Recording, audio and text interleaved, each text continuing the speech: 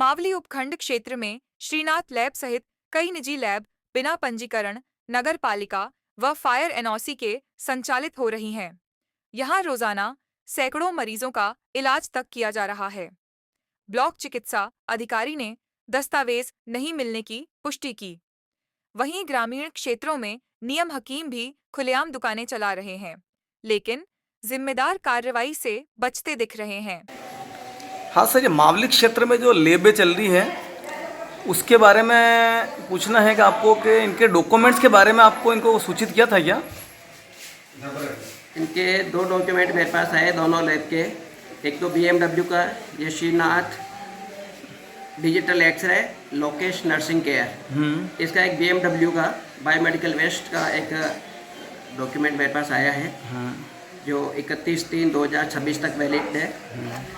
और एक इनकी डिग्री आई है, इन्होंने जो डिग्री कर रखी है अपने लैब से संबंधित। और एक डॉक्टर साहब यहाँ बैठते हैं, उनकी भी इन्होंने डिग्री दी है मुझे।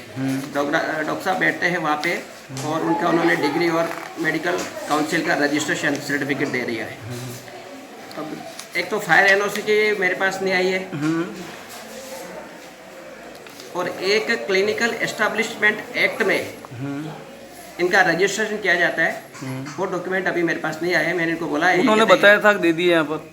सर मेरे पास जो दिए हैं यही डॉक्यूमेंट है बस।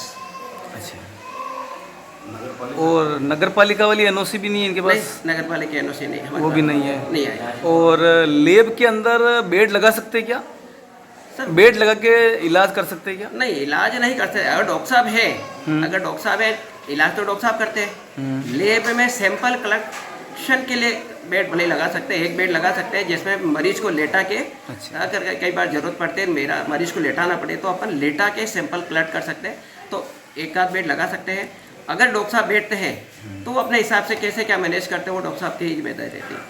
लेकिन लेब का एक आगे से नियम एक और है कि हर मासिक आपको वहाँ पे रिपोर्ट भेजनी पड़ती है, आगे भेजनी पड़ती है। लेब का क्या है कि सारी जो नोटिफाइबल डिजीजेज हैं उस पे जैसे मलेरिया हो गया, टीबी हो गया, या कोई टाइफाइड हो गया, ये सारी नोटिफाइबल डिजीजेज हो गई है, तो इनका फॉर्म ऑनलाइन भरा जाता है। गवर्नमेंट के एक IDSP करके एक चलता है ऑनलाइन, उस पर एंट्री की जाती है। अगर ये नहीं करते तो इनको ऑनलाइन एंट्री करना चाहिए।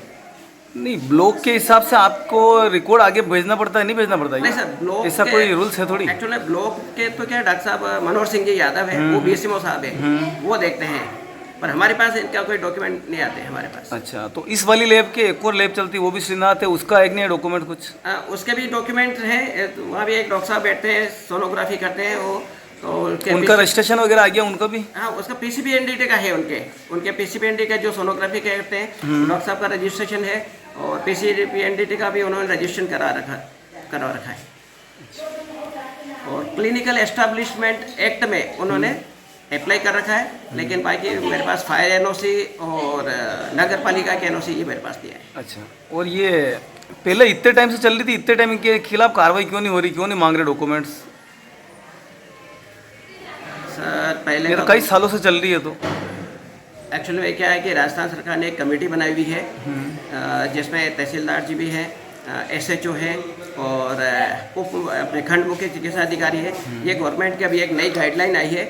ये गाइडलाइन के अकॉर्डिंग टू जो कमेटी है, वही कमेटी जाके इनसे पूरे अपने डॉक्यूमेंट्स दस्तावेज मांगेगी, और उनके संबंधित जो भी कोई खिलाफ कार्रवाई करनी है, ये कमेटी ही कार्रवाई करेगी। आपके जानकारी में एक नहीं, कमेटी ने बैठक की नहीं की अभी तक? सर अभी मेरे को ऐसा आइडिया नहीं, अभी ये डॉक्टर मनोहर सिंह जी यादव अपने BCMO साहब है, अच्छा, वो बताएंगे। ठीक सर।